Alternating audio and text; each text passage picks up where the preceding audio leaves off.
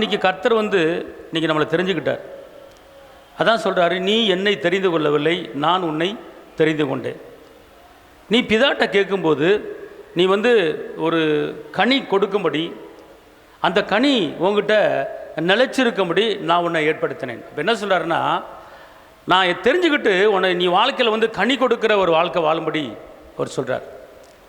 அப்போ இந்த உலகத்தில் ஒரு கனியுள்ள ஒரு வாழ்க்கை வாழணும், கனி இல்லாத வாழ்க்கை வாழக்கூடாது. கனியுள்ள வாழ்க்கை வாழும்படி தான் கர்த்தர் உங்களை என்ன செஞ்சுருக்கிறாரு, தெரிஞ்சிருக்கிறார்.